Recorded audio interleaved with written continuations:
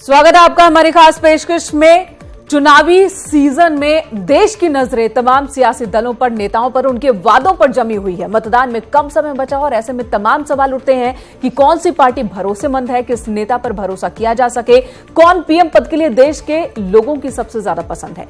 ऐसे तमाम मुद्दों को लेकर First Post the National Trust survey में 30 राज्यों के 329 जिलों में करीब 36,621 लोगों की राय ली गई।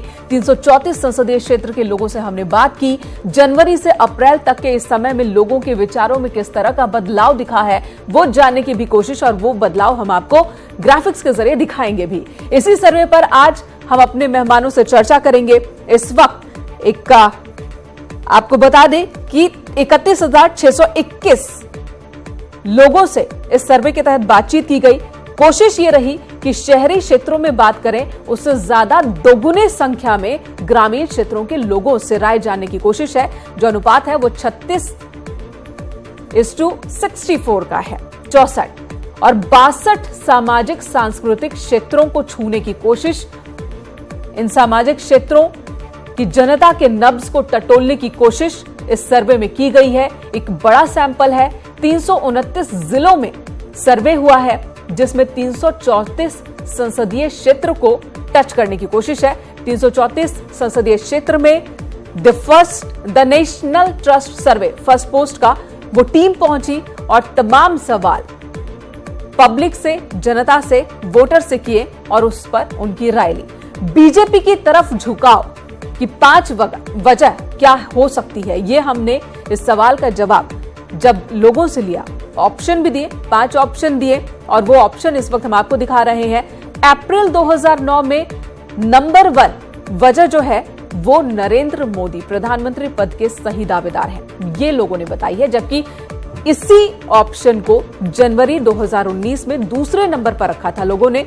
वहीं बीजेपी गरीब लोगों की मदद करती है, इसको दूसरे नंबर पर वजह जनता बता रही है। जबकि इसी को चौथा नंबर दिया था जनवरी 2019 में सर्वे के दौरान लोगों ने। देश के आर्थिक विकास के लिए क्या यह वजह है बीजेपी की तरफ झुकाव का? यह वजह तीसरे नंबर पर अप्रैल 2019 में, जबकि यही वजह जनवरी 2019 में पहले नंबर पर थी। 5 सवाल, 5 वजह हमने लोगों के सामने, जनता के सामने रखी थी। चौथे नंबर पर पार्टी की विचारधारा के लिए, तो पार्टी की विचारधारा क्या वजह है बीजेपी की तरफ झुकाव की, ये वजह चौथे नंबर पर है। जनवरी में ये वजह तीसरे नंबर पर थी। तो 5वें नंबर पर जो वजह है वो हम आपको बता दें, मोदी का कोई विकल्प नहीं। लगातार यही सवाल हो रहा है कि मोदी नहीं तो फिर विपक्ष का कौन नेता। तो 5वां नंबर इस वजह को, और जनवरी में भी ये वजह 5वें नंबर पर ही थी। तो अगले पीएम के लिए आपकी पसंद कौन है, इस सवाल को लेकर भी सर्वे के दौरान लोगों के बीच, 31,000 से ज्यादा लोगों के बीच हमारी टीम गई। First Post the National Trust survey की टीम गई। 52.8% लोगों ने जनवरी में बताया था कि पीएम मोदी उनकी पहली पसंद, लेकिन अब ये आंकड़ा बढ़ चुका है। 63.4% लोग मोदी को अपनी पसंद बता रहे हैं, जबकि 26.9% लोगों ने राहुल गांधी को वजह पसंद बताया था, और उसमें कमी 10% की कमी आई है।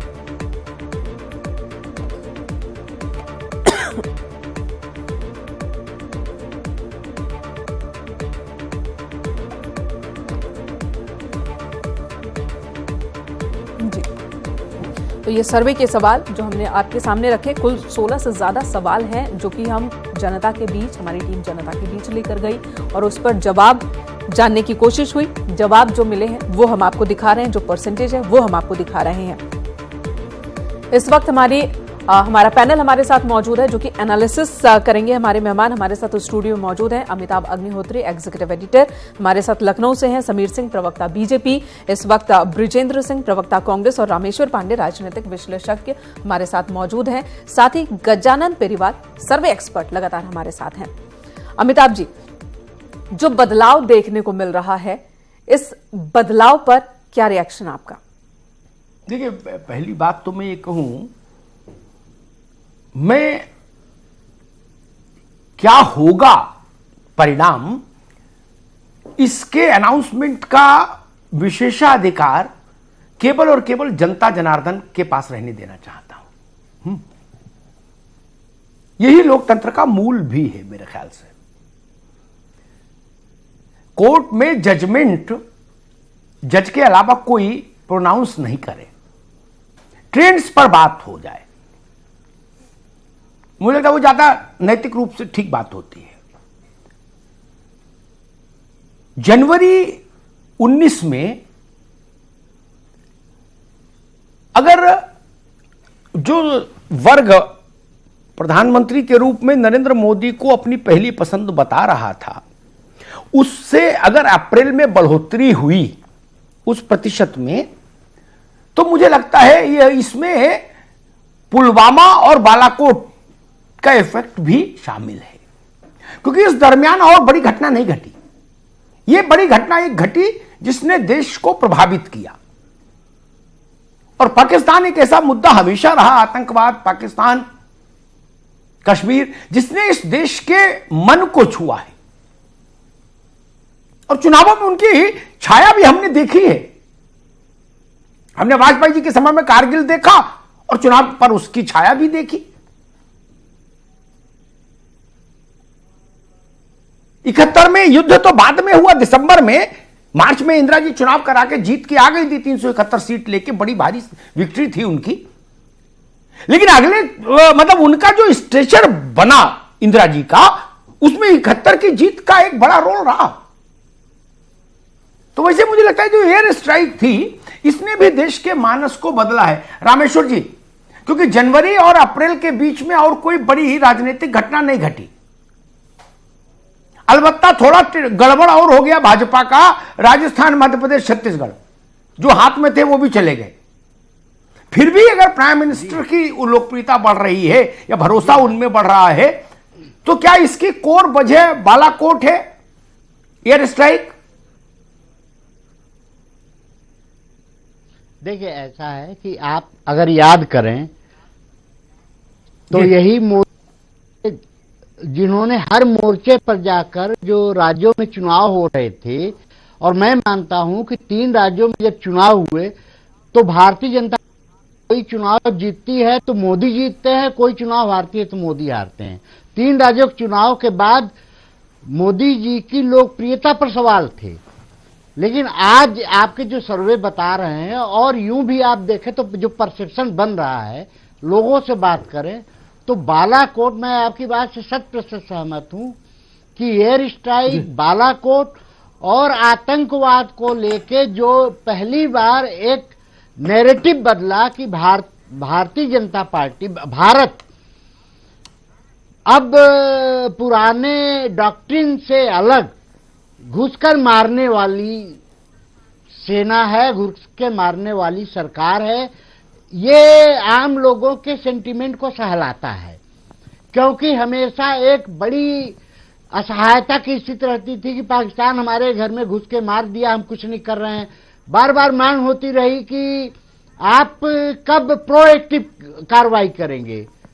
तो ठीक ऐसे समय जब चुनाव होने वाला हो, उसके पहले भारत की एक सरकार ऐसी आई जो प्रोएक्टिव जाकर आतंकवादियों के घर में घुसकर मारती है। और लोग कहा करते थे कि इजराइल, आखिर इजराइल से हम कब सीखेंगे। तो ये बात लोगों के सेंटीमेंट को सहलाती है, लोगों को अच्छा लगता है, और तब से लेके एक तक तो मुझे लगता है, मैं बिल्कुल सहमत हूं आपकी बात से, कि कोई बड़ी घटना नहीं, ना आर्थिक परिदृश्य में कोई बहुत चमत्कारी बदला हुआ, बल्कि एक तरह से निराशा थी, रोजगार का सवाल और सारी।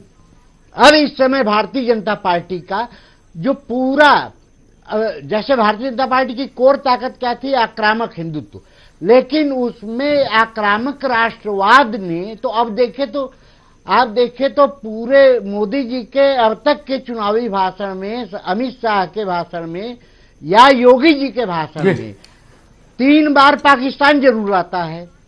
तो मतलब ये है, रामेश्वर भाई आपके पास आऊंगा दोबारा, रामेश्वर जी आपके पास दोबारा आऊंगा, जो हमारे दबे कुचले आपके पास दोबारा आऊंगा रामेश्वर जी। मैं ब्रजेंद्र सिंह के पास जाऊंगा और उससे पहले एक बात कहूंगा, कश्मीर, आतंकवाद और पाकिस्तान, ये 3 मसले ऐसे हैं जिन पर आप कोई निर्णायक कदम उठाएंगे जब जब, तो उसमें हिंदुत्व भी अपने आप आ जाएगा, राष्ट्रवाद भी आ जाएगा, जनमन भी आ जाएगा, इंडिया भी आ जाएगा, भारत भी आ जाएगा। तीन ही मसले ऐसे हैं, चौथा मसला फिर देश में कोई नहीं, बाकी सब में रार है आपस में। ये मसले ऐसे हैं जो भारत की 99% आबादी को, 95% आबादी को एक साथ खड़ा कर देते हैं, एक नाव पे बैठाल देते हैं। खैर, बुजेंद्र सिंह जी, आंकड़े आपने देखे, आप कांग्रेस के प्रवक्ता हैं, आपके सहमत जी, आप सहमत नहीं होंगे, स्वाभाविक है, होना भी नहीं चाहिए, आप विपक्ष में हैं। लेकिन क्या कांग्रेस को इस बात का इल्म है कि जनवरी 2019 और जनवरी और अप्रैल 2019 के बीच का जो कालखंड है, उसमें गंगा में बहुत पानी बह गया due to Balakot. Narrative change हुआ है, राष्ट्रीय विमर्श बदला है।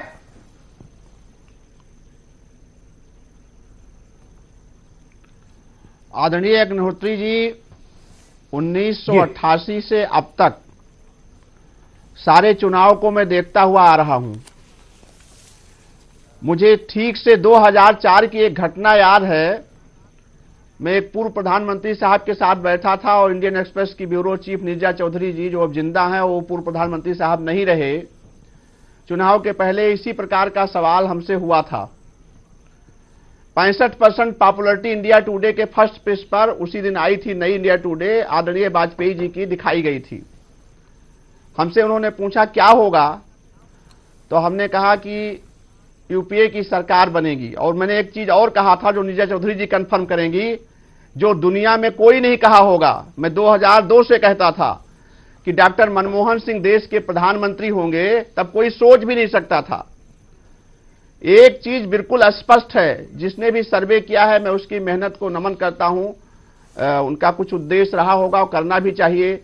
उन्होंने अपने अपने किस लिए किया, कैसे किया, उस पर हम कोई सवाल नहीं खड़ा करते हैं। सही होगा गलत होगा इस पर भी करते।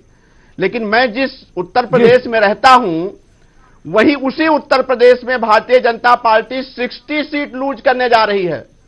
मैं चैलेंज करता हूं कि जो भी अपने आप को राजनीति का एक्सपर्ट समझता हो, single to single, seat to seat मुझसे डिस्कस करके बताए कि 11वीं सीट कौन है जो बीजेपी जीतने जा रही है, विन करने जा रही है। तो अगर हमारे उत्तर प्रदेश में बीजेपी 60 सीट लूज करने जा रही है, और अभी न्यू नेशन पे सर्वे आ रहा था, गुजरात में कांग्रेस 7 सीट जीतने जा रही है, तो फिर ये सर्वे का क्या मतलब है? ठीक है, मैं सबके सर्वे को प्रणाम करता हूं। ये मंदिर की मठिया मान के मैं भी सबको प्रणाम करता हूं, सारे सर्वे को, सबको प्रणाम। लेकिन जनता, एक मिनट रुको भाई, वो किसान की समस्या, रुको भाई एक मिनट, वो छुट्टा जानवर और गन्ना भाई रुको, होगा पंडित जी। नेताओं में यही भारी समस्या है। रुक गए गाड़ी ढलान पर आती, ब्रेक लगता ही नहीं है, फिर वो नहीं मानते किसी की। हमारे पास वो है गजानंद पेरीवाल, जिस संस्था ने ये सर्वे किया है। भाई गजानंद जी, ब्रजेंद्र सिंह भी हमारे बड़े पुराने मित्र हैं जी। अब इन्होंने तो बिल्कुल अनुलोम विलोम कर दिया और साथ में कपाल भारती भी जोड़ दी, बाबा वाली। आप कुछ और कह रहे हो, ये कुछ और कह रहे हैं, ये भी वही दावा ठोक रहे, कह रहे कि भाई हमसे सीट दर सीट आके बात कर लो। गजानंद जी देखिए, मैं इनकी रिस्पॉन्ड करो भाई विजेंद्र जी को। मैं इनकी विजेंद्र साहब की मैं बातों को काट नहीं रहा हूं, बट हाँ इनका भी कहना सही है। और मैं आपको पहले ये बताना चाहता हूं कि हमने 70% गाँव में जाकर सर्वे किए हैं और हर एक लोगों से जानकारी ली है कि आपका क्या कहना है हर एक सवाल पे। जिस मुद्दे पे हमने बात की है, लोगों से हमने राय ली, लोगों से हमें जाने, लोगों का आर्थिक व्यवस्था, उसमें से हमने कई कास्ट, रिलीजियन, जेंडर, एज, हर एक लोगों से हमने इंटरेक्ट किया है, हर एक लोगों से जाने, और ये आपके सामने सर्वे रिजल्ट्स है। और ये ठीक जैसे मैं बता देता हूं आपको, आपने भी सवाल पूछे कि पुलवामा का सबसे बड़ा इसका प्रभाव है। हाँ, पुलवामा के बाद ही हमारा सर्वे स्टार्ट हुआ है, जो कि मार्च मार्च 2 से लेकर मार्च 22 तक ये सर्वे हुआ, उस सर्वे के अंतरिक्त ये आंकड़े हैं। जी ठीक है। समीर सिंह जी, आपसे तो क्या अमिताभ पूछना, जी, ये ठीक है भजन भाई आएंगे राहुल आप बस, गांधी पहले के समीर बाबू को भी बीच में ले आए बहस में। के सारे सर्वे हैं। ठीक है, ठीक है रामेश्वर भाई आएंगे आपके पास भी, समीर जी को बीच में ले आऊं बहस में। आपसे क्या पूछना, चैत के महीने में बसंत आ गया इस सर्वे से, नहीं चैत में बसंत, बताइए वाह वाह। समीर जी जी नहीं अमिताभ जी, चैत के महीने में बसंत आपने कहा, अच्छी बात है, आपके मुंह में घी शक्कर। और हमारे आपके ईटीवी के और गजानन जी ने जो सर्वे किया, निश्चित रूप से राजनीति में कहा जा सकता है कि जिस पार्टी के पक्ष में आता है वो प्रसन्न होता है, जिसके विपक्ष में आता है सर्वे वो ये जरूर कहता है कि साहब ये फर्जी, झूठा है, फर्जी है, नहीं हो सकता। लेकिन मैं इतना जरूर कहना चाहता हूं कि कांग्रेस के प्रवक्ता अभी कह रहे थे, लंबी चौड़ी कहानियां बता रहे थे, लेकिन आज देश के अंदर प्रधानमंत्री आदरणीय नरेंद्र मोदी जी ने जो काम किया है, उस काम के अंदर आप गांवों में चले जाइए, शहरों में चले जाइए, काम के आधार पर लोगों की रुझान प्रधानमंत्री जी के साथ है। चाहे बालाकोट की घटना के बाद या उसके पहले, हमने एयर स्ट्राइक के पहले भी सर्जिकल स्ट्राइक किया था, और नरेंद्र मोदी जी ने 5 साल के शासनकाल में देश की जनता को यह श्योर किया है कि देश में कहीं भी कोई भी आतंकवादी घटना नहीं होगी। अगर कोई घटना हुई तो हमने पाकिस्तान को समुचित जवाब दिया और उनको ये बताया कि आतंकवाद हम किसी कीमत पर बर्दाश्त नहीं करेंगे। ये तो सुरक्षा का विषय था। दूसरा, विकास के मुद्दे पर आदरणीय प्रधानमंत्री जी ने स्पष्ट संकेत दिया। किसने कहा था 10 साल यूपीए 1 यूपीए 2 की सरकार में आप गरीब को शौचालय मत दीजिए, किसानों का कर्ज माफ मत करिए, गरीबों को घर मत दीजिए, उज्ज्वला गैस कनेक्शन मत दीजिए, लोगों को मुद्रा ऋण मत दीजिए, मुद्रा ऋण नहीं दीजिए। हम तो कहते हैं देश ही कांग्रेस के समय में निर्मल शुरू हुआ। भारत अभियान लेकिन अरे बात पूरी हो जाने दो भैया, बात नहीं, ये बात समीर सिंह की ठीक है, बात पूरी भाई देश ही आजाद कांग्रेस के समय में हुआ तब भाजपा नहीं थी। पूरी हो जाने दो। अगर और 73,000 करोड़ की कर्ज माफी भी 2007 में अगर कांग्रेस समय राहुल में हुई गांधी थी, ने बाद में। इतना अच्छा काम किया था, यूपीए तीनों 1 चीजें यूपीए हमारे 2 समय में में किया हुई थी, था, जिसकी सेखी तो बना रहे राहुल हैं। गांधी अमेठी छोड़ के वायनाड क्यों गए चुनाव लड़ने के लिए? वो भाग क्यों गए वो उत्तर बड़ौदा प्रदेश छोड़कर में? नरेंद्र मोदी जी ये बनारस उत्तर आए प्रदेश थे, में 60 सीट वैसे ही हरा राहुल रहे गांधी जी जो है हैं, यहाँ से के साथ वहां से 60 चुनाव लड़ सीट रहे हैं। हरा रहे और बता रहे राहुल गांधी जी वायनाड चले गए, मीडिया समीक्षा कर रही है। मैं नहीं कर रहा, मैं भी उसी के साथ हूं कि साहब वहां मुस्लिम और ईसाई ज्यादा है, इस नाते राहुल गांधी ने श्योर सीट खोज ली। मैं पूछना चाहता हूं अमेठी का क्या किया आपने? आज भी जिला का हेडक्वार्टर नहीं है, आज भी डीएम का आवास नहीं है, हॉस्पिटल नहीं थे, स्कूल नहीं थे। स्मृति ईरानी जी ने अभी पिछले दिनों वहां एमआरआई सेंटर का उद्घाटन कराया अमिताभ जी। आज भी जिलाधिकारी का आवास नहीं है, जिलाधिकारी का कार्यालय नहीं है ना। 10 साल तक यूपीए अभी 4 साल जिला बने हुए समाजवादी पार्टी की सरकार में बोलिए ना, सहयोगी थे। सांसद को नहीं 17 में समाजवादी पार्टी के साथ आप सरकार में थे, 17 में सरकार में थे आप समाजवादी पार्टी के साथ। 2 लड़कों का साथ का नारा हम नहीं लगा रहे थे, 2 लड़कों के साथ का नारा अखिलेश यादव और राहुल गांधी लगा रहे थे। राहुल गांधी और अखिलेश यादव कह रहे थे कि हम उत्तर प्रदेश से 2 लड़कों का साथ परिवर्तन करेंगे। आज अमेठी का परिवर्तन नहीं कर पाए, रायबरेली का नहीं कर पाए, आप कहां का परिवर्तन करना चाहते हो? जी ठीक है, ठीक बात। और ठीक एक बात अमिताभ जी, जी बिल्कुल ठीक बात है। एक 2017 ठीक है, विधानसभा ठीक है के समीर चुनाव भाई में रुकना होगा, रामेश्वर पांडे जी के पास जाऊंगा। सारी विधानसभा की ठीक है। सीटें हार गए, अमेठी में एक सीट मालूम है, मालूम है, ठीक है, रुको भाई, वो कांग्रेस का अरे रुको भाई समीर बाबू रुको, रामेश्वर पांडे जी के पास चलूंगा। रामेश्वर भाई, एक चीज मुझे अचानक अभी फ्लैश हुई मेरे दिमाग में। इस भारत में आज से नहीं, 1950 से जितना बड़ा नेता उतनी छोटी कॉन्स्टिट्यूंसी से लड़ने का चलन रहा है। पिछड़ी से पिछड़ी कॉन्स्टिट्यूंसी, पंडित जी फूलपुर, इलाहाबाद से बगल में है, इलाहाबाद नहीं फूलपुर, इंदिरा गांधी रायबरेली, संजय गांधी, राजीव गांधी, सोनिया जी अमेठी, वाजपेयी पहला चुनाव बलरामपुर, मथुरा, वो तो बाद में लखनऊ आए। चरण सिंह साहब इतने बड़े नेता देश के, बलरामपुर से जीते, किसानों के सबसे बड़े नेता आज तक कहे जाते।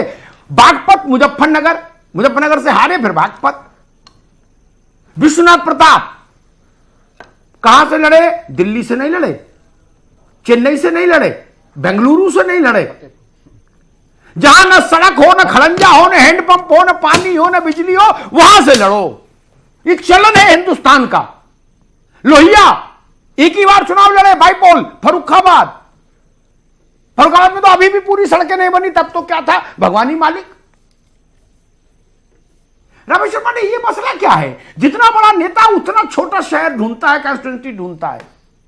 नहीं, बियाबान में बिल्कुल जहां निबिड़ अंधकार हो, और अंधकार हटाता भी नहीं, वो चाहता युगों तक अंधकार चलता रहे ताकि ये सीट सेफ बनी रहे। नहीं, हाँ देखिए ऐसा है कि वरना जवाहरलाल जी जैसा इंटेलेक्चुअल बड़े कद का नेता इलाहाबाद से क्यों नहीं लड़े भाई? ये नई दिल्ली से क्यों नहीं लड़े? मुंबई से क्यों नहीं लड़े? जवाहरलाल जी तो बहुत बड़े लीड नेता थे, और ये नियम सब पर लागू। दूरबीन लेके खोजते हैं, दूरबीन लेके। यशपाल कपूर ने 3 महीना सर्वे किया उत्तर प्रदेश में, तब सीट खोज के लाए, बोले यहां से लड़ो। जी, मुझे नहीं लगता कि नेताओं ने उन सीट को उसका उद्धार करने के लिए हो गए।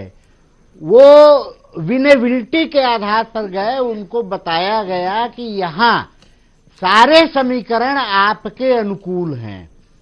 हालांकि कई बार कुछ नेता बलरामपुर से हार गए, वाजपेयी जी, और कई जगहों से कुछ बड़े नेता हार गए, लेकिन सीट का चयन तो विनेबिलिटी के आधार पर ही हुआ। अगर उद्धार का उद्देश्य होता तो चुनाव लड़ने के बाद भी उद्धार कर सकते थे, जीतने के बाद भी कर सकते थे। और मुझे नहीं लगता कि बीपी सिंह ने फतेहपुर का उद्धार करने के लिए कोई कोशिश की। या जितने बड़े नेता हैं उनके क्षेत्र को आप देखें, फर्रुखाबाद का देखें, जितने आपने नाम गिनाए आप देखें, तो आज भी विकास के पैमाने पर वो सभी क्षेत्र पिछड़े ही हैं। बागपत तक की हालत ये थी, अब जाकर कुछ दिखाई मायावती जी, बिजनौर, नगीना, गया हूं, बागपत सबके देखा है जी। एक ब्रेक लेना है भाई, एक ब्रेक लेना है रामेश्वर जी।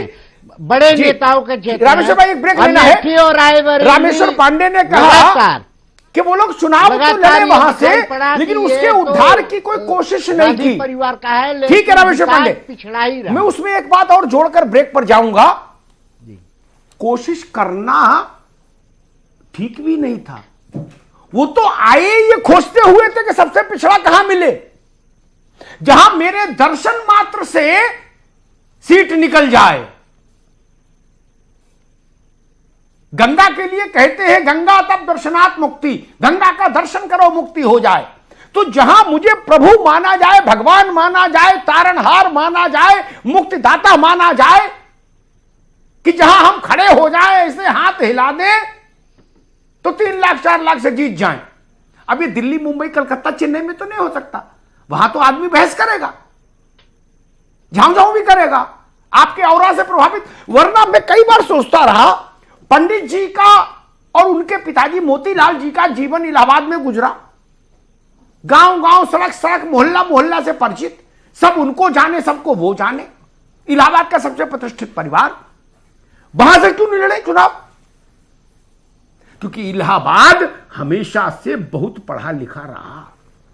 इसलिए मैंने ये एक अवधारणा बनाई, जितना बड़ा नेता वो उतने संपन्न और पढ़ी लिखी कॉन्स्टिट्यूंसी से दूर भागता है। ब्रेक के बाद आएंगे तो जरा इस पर भी चर्चा कर लेंगे, और गजानन से कहूंगा इस पर भी एक बार सर्वे कर लो पूरे। First Post the National Trust survey लेकर इस वक्त हम आपके सामने हैं, जिसमें हमने 30 राज्यों के 329 जिलों में करीब 36,621 लोगों की राय ली है। अलग अलग मुद्दे, अलग अलग सवाल लोगों के सामने रखे।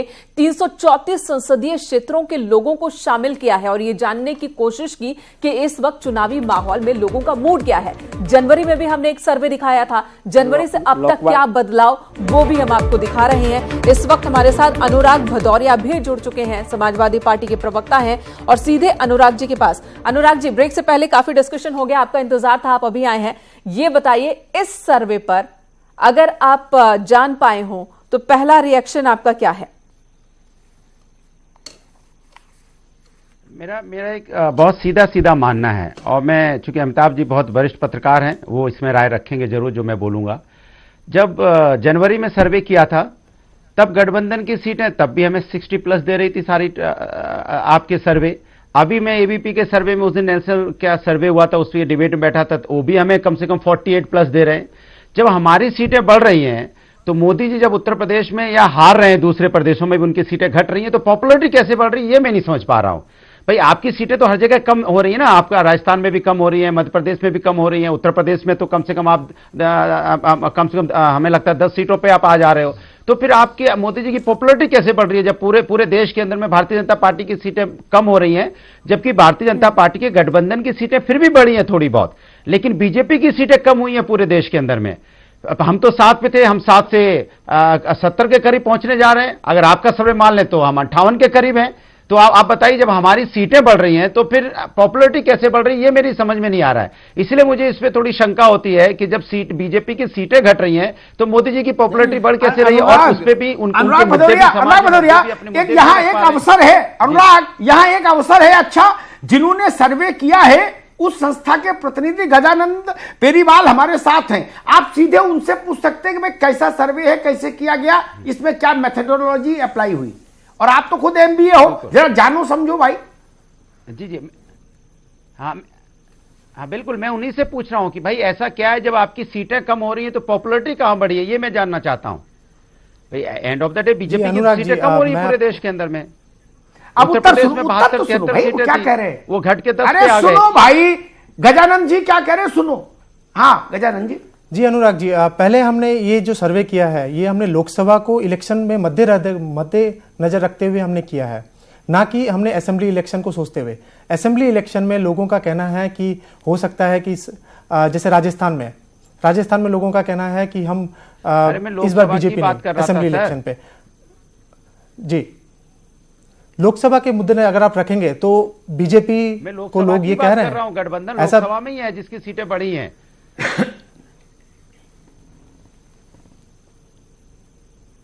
जी गजानंद जी, लोकसभा को नजर रखते हुए ये सर्वे हुआ है। हाँ पूछो, आप भी पूछो, मन में नहीं रखो, पूछ लो। हाँ, मेरे क्वेश्चन का जवाब नहीं दे रहा हो।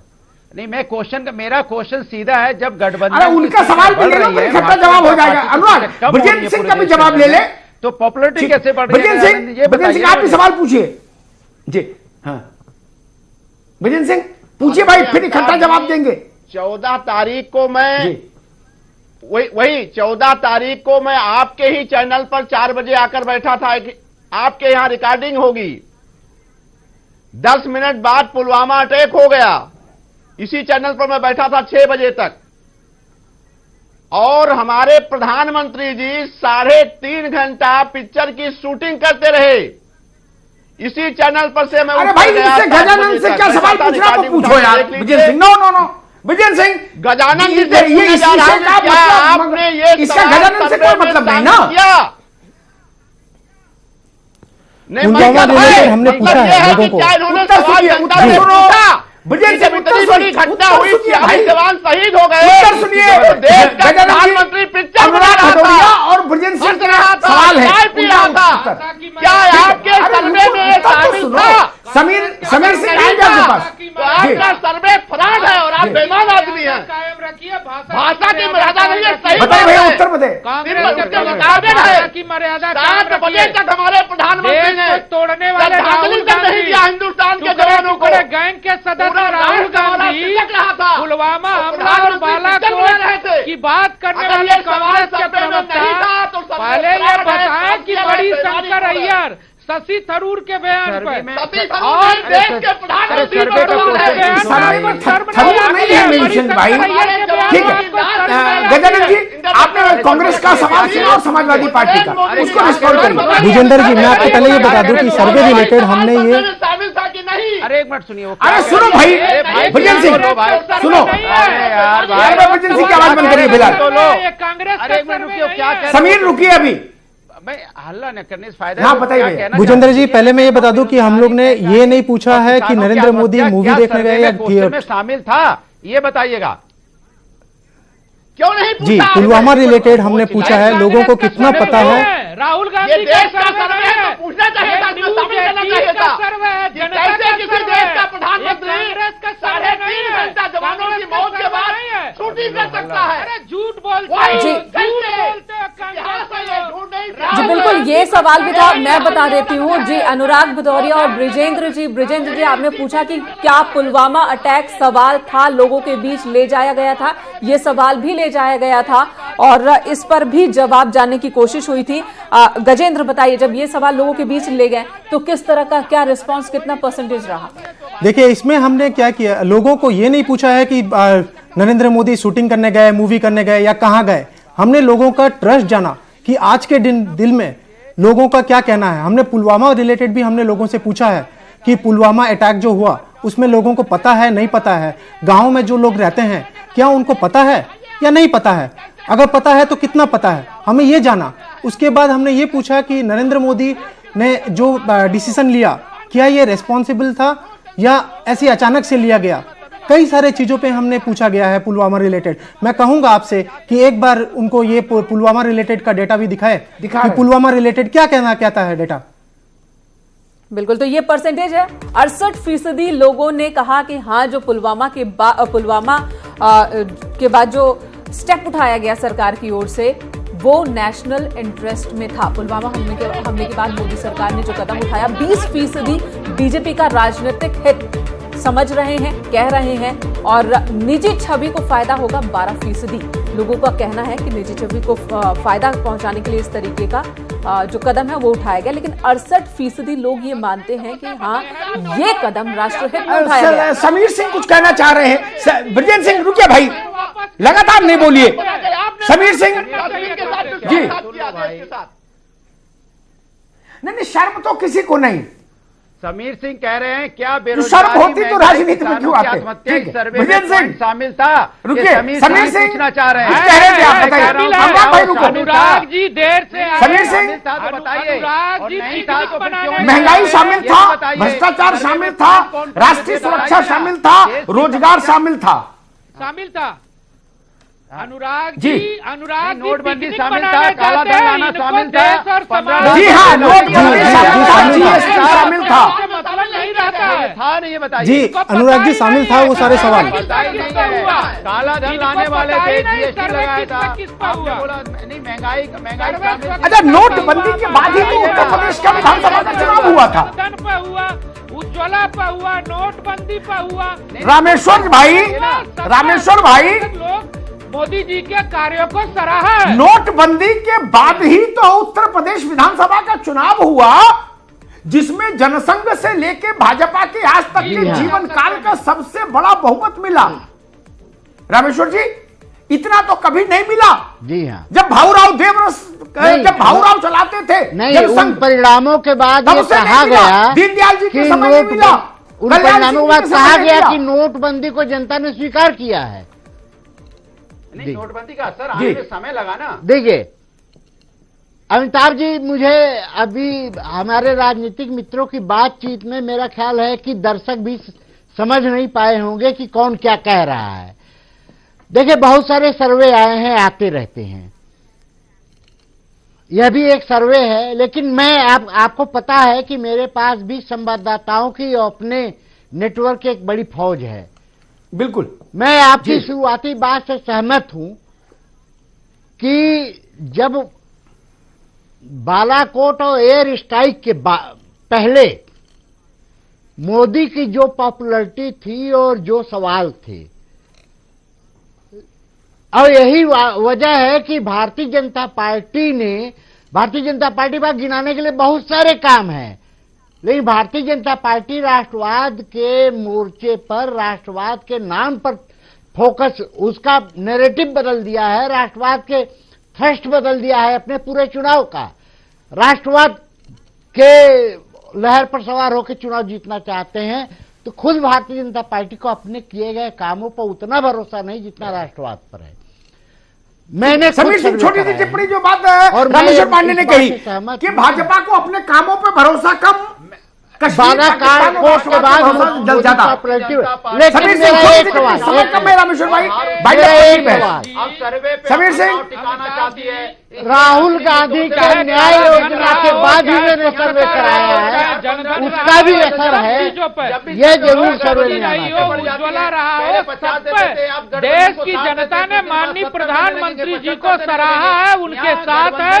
उत्तर प्रदेश के अंदर हमने काम किया, आदरणीय मुख्यमंत्री जी ने आवास दिया, शौचालय दिया, किसानों का काम किया। और दूसरी तरफ कांग्रेस और समाजवादी पार्टी का आज घोषणा पत्र आया है। वो क्या घोषणा की है कि हम अहिर सेना बनाएंगे। अहिर सेना की मांग करने वाले अखिलेश यादव गरीबी की बात करते हैं और राहुल गांधी भारत के बंटवारे के अंदर भूमिका निभाने वाली, भारत के बंटवारे के अंदर भूमिका निभाने वाली पार्टी से समर्थन लेते हैं और चुनाव लड़ते हैं। देश की जनता जानती है कि कौन देश के लिए काम कर रहा है और कौन विदेश के लिए काम कर रहा है। इसलिए देश की जनता जानती है, दोनों पार्टियों के चेहरे देख रही है। और आप से ही बता रहे हो, मुस्लिम लीग का समर्थन लेते हैं राहुल गांधी, मुस्लिम लीग का समर्थन लेते हैं। सिद्धू पाकिस्तान जाते हैं, पाकिस्तान का समर्थन लेते हैं। देश की जनता जानती है हम काम के आधार पर चुनाव लड़ेंगे, हम काम के आधार पर लड़ेंगे। हम उत्तर प्रदेश और दिल्ली दोनों के काम के आधार पर लड़ रहे हैं। जनता का समर्थन है, चाहे वो उज्ज्वला गैस हो, चाहे आवास हो, चाहे रोजगार हो, चाहे भ्रष्टाचार हो, किसान हो। 62,000 करोड़ रुपया गन्ना किसानों का हमने माफ किया है। 62,000 करोड़ रुपया भुगतान किया। 36,000 करोड़ रुपया हमने किसानों के धान और गेहूं। चलिए, जिसने जो काम किया जनता के बीच है, अब वो काम और जनता उसके आधार पर ही वोटिंग करेगी। हम सर्वे दिखा रहे थे और सर्वे में काफी कुछ ऐसा है। और अमिताभ जी, जब भी कोई सर्वे आता है तो जिसके पक्ष में सर्वे होता है वो उस सर्वे को सही बताता है, खुश होता है, जाहिर सी बात है। और जिसके पक्ष में नहीं होता है रिजल्ट, वो सिरे से ही खारिज करने की कोशिश होती है उसकी कि ना सर्वे ही गलत है। सर्वे में या तो सवाल नहीं समझा पाए लोगों को, या फिर सही लोगों के पास पहुंचे नहीं, जनता तक पहुंचे नहीं। लेकिन इस बार कोशिश यही रही है कि एक बड़ी आबादी को, बड़ी संख्या में लोगों को शामिल किया जाए इस सर्वे में। राजनीतिक दल है, तुमको अपनी हिसाब से टिप्पणी करनी भी चाहिए। जब युद्ध जारी हो तो आप किसी सेनापति से कैसे ऐसी उम्मीद करते हैं कि वो हथियार डाल दे? बिल्कुल नहीं, डालना भी नहीं चाहिए, वो उसके पक्ष में भी नहीं। लोकतंत्र का सौष्ठव भी खत्म हो जाएगा, लोकतंत्र की जीवंतता खत्म हो जाएगी। ये चलते रहना चाहिए और ये तब तक चलते रहना चाहिए 23 मई को दोपहर 1 बजे तक, जब तक रिजल्ट, हथियार उसी के बाद डालेंगे। रिजल्ट नहीं, रिजल्ट लगभग इतने ना आ जाए कि ऊंट कहां बैठा ये साफ हो जाए। ये युद्ध है, लोकतंत्र में चुनाव भी एक तरह का युद्ध है, अहिंसावादी युद्ध है चुनाव। वास्तविक युद्ध में हिंसा होती है, ये अहिंसक युद्ध है, लेकिन युद्ध है। और एक बात मैं कहूंगा, समीर बाबू, अब बात खत्म हो गई, अनुराग अब बात खत्म हो गई मित्र। लोकतंत्र में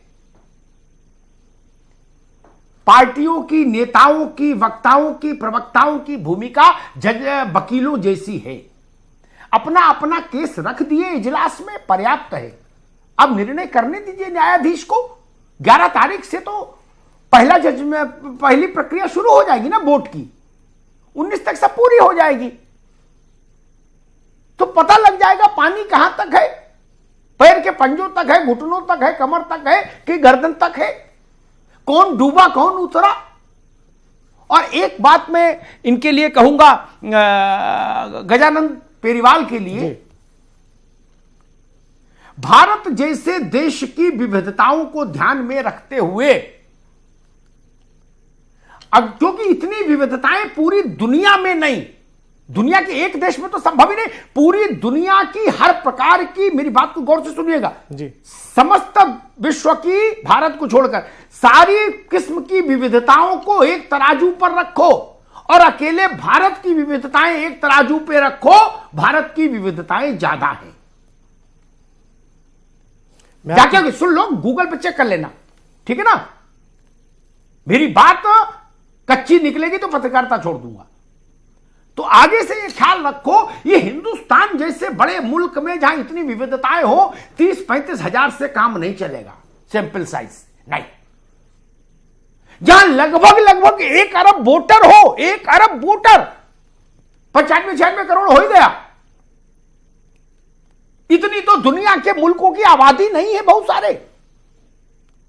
उत्तर प्रदेश अकेले अगर राज्य राष्ट्र होता तो दुनिया का 6ठा सबसे बड़ा मुल्क होता। अकेला उत्तर प्रदेश हमारा 135 करोड़ की आबादी है, जिसमें 94-95 करोड़ वोटर हो, तो पेरीवाल साहब दायरा बड़ा रखिए। मैं आपको बता दूं, अरे भाई हमने सुन लिया, आप क्या बता दोगे? अमिताभ जी देखिए, 31,000 है ना, 31,000 के सैंपल साइज से भारत की विविधताओं का सम्मान नहीं हो सकता। ये कम से कम सैंपल साइज जाए, ऐसा कोई सर्वे बने देश में, ऐसी कोई व्यवस्था बने जो कम से कम 50 लाख 1 करोड़ आदमी तक तो जाए, जिसमें हर जाति हर वर्ग का समावेश तो हो जाए। 5,000 से ज्यादा जाति और उपजाति हैं भारत में, पता नहीं सर्वे करने वालों को पता है कि नहीं। इसमें रामेश्वर बाबू को पता होगा। करोड़ जो भी आप बता रहे हैं, इसमें इतना इसलिए हम लोग सैंपल लेते हैं। अरे भाई फिर आप अजब आदमी है, सैंपल कर रहे हैं। मैंने कहा 95 करोड़ वोटर में 31,000 सर सैंपल साइज कम है, इसको और बड़ा करिए। सच इतने से भी आ सकता है, लेकिन बाकी लोगों के संतोष के लिए, अपनी विश्वसनीयता के लिए इसके दायरे को बड़ा करिए, तो अच्छा रिजल्ट आएगा, समावेशी रिजल्ट आएगा। भारत भी बोलेगा उसमें, इंडिया भी बोलेगा, गरीब भी बोलेगा, मध्यम वर्ग भी बोलेगा, अमीर भी बोलेगा, ननकू भी बोलेगा, रज्जाक भी बोलेगा, इसमें शकुंतला भी बोलेगी और रजिया भी बोलेगी। ये ध्यान रखिए। धन्यवाद। फिलहाल इस वक्त खास पेशकश में इतना ही।